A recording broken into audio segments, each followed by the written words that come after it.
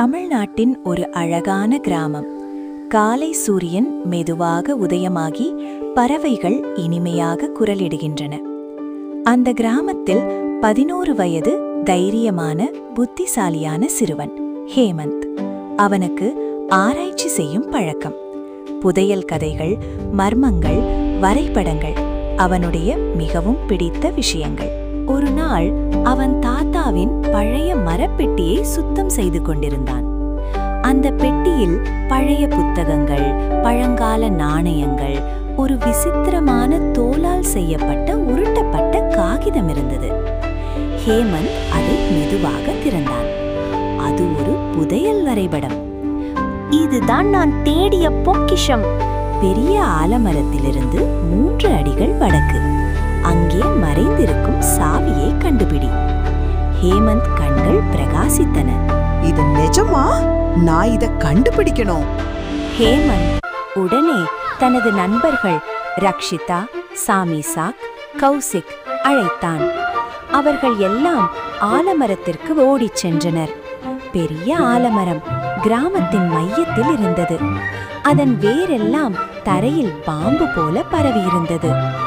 3 அடிகள் வடக்கு என்று ஹேமந்த் வரைபடத்தை பார்த்தான். அவன் அளந்து பார்த்தான். அங்கே சிறிய கல்லின் கீழ் ஒரு பழனி இரும்பு சாவி இருந்தது. வாவ், இது வேலை செய்கிறது. சாவி கிடைச்சது ஹேமந்த் என்று ரக்ஷிதா கத்தினாள். வரைபடத்தில் அடுத்த குறிப்பு வெளிச்சத்தில் தெரிந்தது. பழைய கிணற்றின் கீழ் மறைந்த கதவு. அவர்கள் அனைவரும் சுவாரஸ்யமாக அடுத்த இடத்துக்கு புறப்பட்டார்கள். கிராமத்தின் எல்லையில் ஒரு பழைய பயன்படுத்தாத கிணறு இருந்தது. அவர்கள் மெதுவாக அருகே சென்றனர். கிணற்றின் அருகில் கொடிகள், புல்கள் நிறைந்திருந்தன.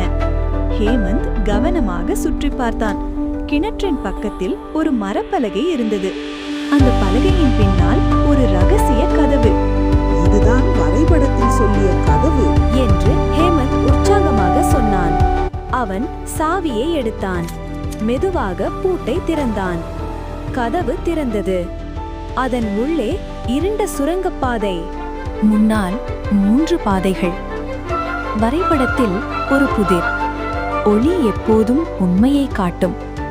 ஹேமந்த் கவனித்தான். ஒரு பாதையில் சுவரில் சிறிய ஒளி பிரதிபலிப்பு இருந்தது. இவர்கள் யார் ஹேமந்த்? உனக்கு தெரியுமா? தெரியும், வா சொல்லுகிறேன். இதுதான் சரியான வழி. வாருங்கள் நண்பர்களே. அவர்கள் அந்த வழியில் சென்றார்கள். முடிவில் பெரிய கல்கதவு. அதில் ஒரு சின்னம் பொறிக்கப்பட்ட சூரியன் வடிவம் இருந்தது. வரைபடத்தில் இறுதி குறிப்பு: தைரியமும் நட்பும் தான் உண்மையான சாவி. ஹேமந்த் புரிந்தான். அவர்கள் சேர்ந்து கதவை தள்ளினர். கதவு திறந்தது. அதனுள்ளே ஒரு பெட்டி. அதை திறந்தனர். தங்க நாணயங்கள் இல்லை. ஆனால் ஒரு புத்தகம் இருந்தது. அதில் எழுதப்பட்டிருந்தது: உண்மையான புதையல், அறிவு, நட்பு, தைரியம். ஹேமந்த் சிரித்தான். நம்ம ஃப்ரெண்ட்ஷிப் தான் பிக்கெஸ்ட் புதையல் நண்பர்களே. இததான் தாத்தா சொல்லி இருக்கார். சரி, வாங்க போகலாம்.